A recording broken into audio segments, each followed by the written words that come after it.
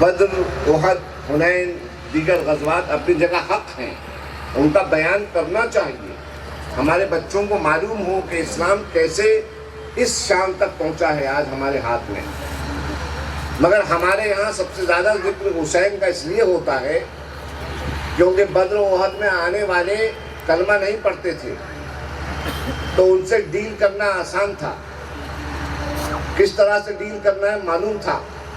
مگر جب تلوار سوٹ کر جان، ایمان، مال کا دشمن بنے جو سامنے آ رہے تھے، وہ کلمہ بھی پڑھ رہے تھے، نماز بھی پڑھ رہے تھے، روزدار بھی تھے، بظاہر تقوی شعار بھی تھے، بڑے بڑے پیران اعظام تھے، خلیفہ کی اولاد تھے.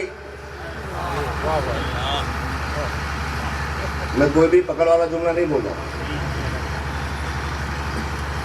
تو امام حسین نے بتایا کہ تمہیں معلوم تھا کہ بدر والوں کے ساتھ کیا کرنا ہے، کفار کے ساتھ جو آئے تھے. تم نے یہ تو دیکھ لیا کہ احد میں کیا ہوا. مگر میں کہتا ہوں کہ اگر حسین نہ ہوتے تو معلوم ہی نہ ہوتا کہ ان بھیڑ کی کھالوں میں چھپے بھیڑیوں کو کیسے پہچانا جائے. خانوادہ علی کو سے جڑنے کا حکم نبی نے اسی لیے دیا کہ اس خانوادے کی وجہ سے پہچان ہوتی ہے. حضرت مولا علی کرم اللہ تعالی وجہہ الکریم کا سے مچائقہ لیا ایک گروہ نے جو سب سے پہلا فرقہ بنا اسلام میں، جس کا نام ہے خوارج. حضرت مولا پاک صلوات اللہ وسلامہ علیہ امیر المومنین امیر علی نے خوارج سے ایک جملہ ارشاد فرمایا تھا. مولانا مقبول صاحب، آپ عربی کے استاد ہیں، میں ابھی الف ب پڑھ رہا ہوں، اور مولانا مقبول صاحب ہمارا سفر ساتھ میں شروع ہوا. فرق یہ تھا کہ ان کا پڑھانے میں شروع ہوا اور ہمارا پڑھنے میں شروع ہوا. جس سال ہم جامعۃ الاشرفیہ میں تعلیم حاصل کرنے گئے، اسی سال مولانا مقبول صاحب کی وہاں پہ تقرری ہوئی تھی، اور روز اول سے ان کے ساتھ ہماری بہت اچھی جمتی الحمدللہ. مولا علی نے خوارج نے کہا تھا ان الحکم الا للہ، کہ جج بننا، فیصلہ جو ہے وہ صرف اللہ کے ہاتھ میں ہے. اس بنا پر وہ لوگ کلمہ گو مسلمانوں کو کی گردن مارنا جائز قرار دیتے تھے. تو مولا علی نے ایک جملہ ارشاد فرمایا، کلمتن، میرے جو بچے بیٹھے ہیں جنہوں نے الفرق بین الفرق اور تاریخ الفرق پڑھی ہے، انہوں نے اس جملے کو پڑھا ہوگا. فرمایا آپ نے، کلمتن حق اریدا بہل باطل، کہ یہ قرآن کی آیت ہے، یہ کلمہ حق ہے، مگر اس سے مراد جو لیا جا رہا ہے وہ غلط ہے. اور یہی معاملہ مسلک اعلیٰ حضرت کے ساتھ ہوا کہ کلمہ حق ہے، دادا سید العلماء نے رواج دیا، مگر مراد جو ہے وہ غلط ہو گئی، مراد غلط ہو گئی. ہم اس مسلک کے اعلیٰ حضرت کو جانتے ہیں، ہم اس کو جانتے ہیں.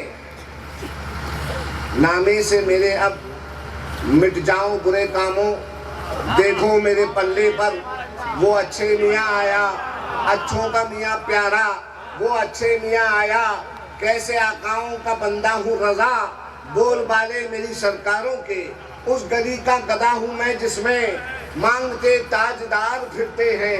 اے رضا یہ احمد نوری کا فیض نور ہے، بن گئی میری غزل بڑھ کر قصیدہ نور. مرشد کے در پر سر کو جھکائے رکھنا، با ادب رہنا، یہ مسلک اعلیٰ حضرت ہے. سیدوں کے گریبان پہ آ کر اور ان کو ان کے نسب نامے پڑھانا اور ان کو پڑھانا، یہ مسلک اعلیٰ حضرت ہے،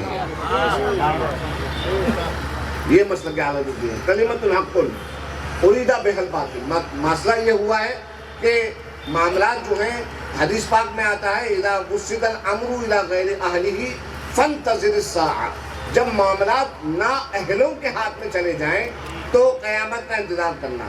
اب ظاہر سی بات ہے کہ مسلکی ترجمان جو ہے جس طرح کے ترجمان ہوں گے اسی طرح کی فکر عوام میں جائے گی اور عوام کے ذہن اسی طرح پراگندہ ہوں گے۔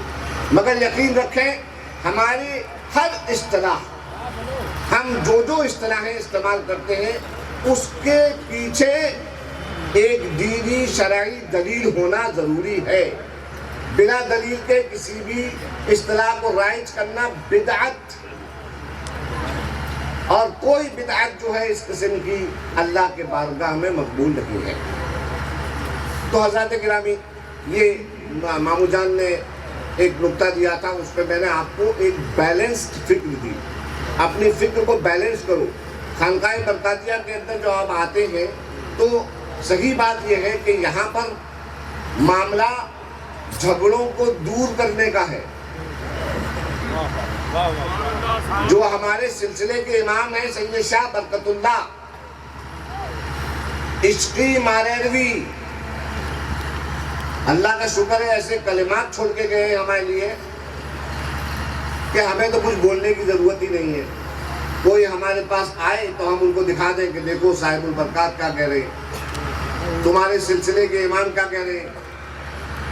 حضرت شاہ برکت اللہ فرماتے ہیں دیول اور مسیت ماں ایک دیا ہی ہوئے، کہ مندر اور مسجد میں ایک ہی دیپک جلتا ہے۔ سمجھ رہے ہو یہ فکر کس کی ہے؟ یقین جانو اگر ایسی فکر نہ ہوتی تو خواجہ کے ہاتھ پر 90 لاکھ مسلمان نہ ہوتے۔ خواجہ کے ہاتھ پر 90 لاکھ مسلمان کیوں ہوئے؟ ادعو الی سبیل ربک بالحکمت والموعظۃ الحسنہ، اور اللہ تبارک و تعالیٰ نے ارشاد فرمایا کہ اللہ کی طرف بلاؤ نرمی کے ساتھ اور حکمت کے ساتھ۔ وَجَادِلْهُمْ بِالَّتِي هِيَ أَحْسَنُ، اور اگر کوئی آرگیومنٹ کرنا پڑے، ڈیبیٹ کرنا پڑے تو ایسے طریقے سے ڈیبیٹ کرو جو اچھا طریقہ ہو، تہذیب کے دائرے میں ہو، سیولائزڈ میتھڈ ہو۔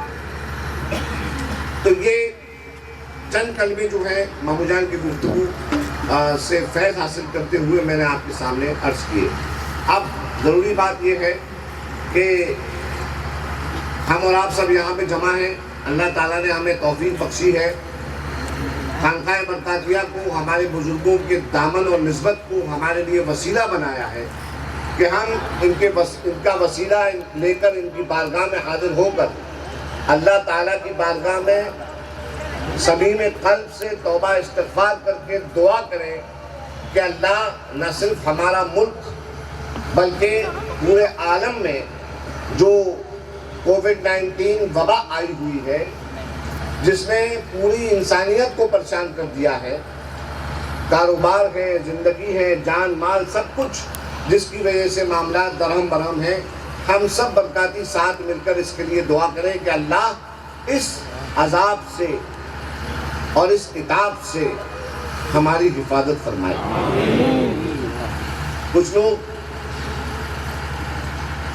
حفاظتی تدابیر کے لیے کہتے ہیں کہ ارے حضرت وہ تو نہیں ہے، ایسا کچھ بھی نہیں ہے۔ نہیں، جو بھی ہے اللہ کے حکم سے ہے اور ہمارے اوپر احتیاط کرنا ضروری ہے۔ اگر کنٹینمنٹ زون میں آپ رہ رہے ہیں تو کنٹینمنٹ زون کی احتیاط آپ کو کرنا پڑے گی۔ خانقاہ برکاتیہ کی طرف سے اس بات پہ ہم اپنے حلقے کو تنبیہ کرتے ہیں کہ اپنے علاقے کے ایڈمنسٹریشن کے ساتھ اگر کنٹینمنٹ زون میں ہے تو آپ کو تعاون کرنا ہے۔ وہاں پہ کوئی مولوی صاحب آپ کو آ کے سمجھائیں کہ نہیں صاحب یہ ایسا کچھ بھی نہیں ہوتا ہے، تو ان سے کہیے گا ہماری خانقاہ سے ہم کو پروٹوکول مل چکا ہے۔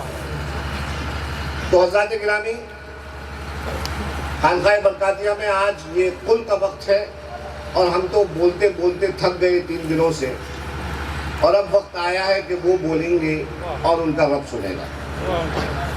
وہ بولیں گے اور ایک نہیں بولیں گے، صاحب البرکات بولیں گے،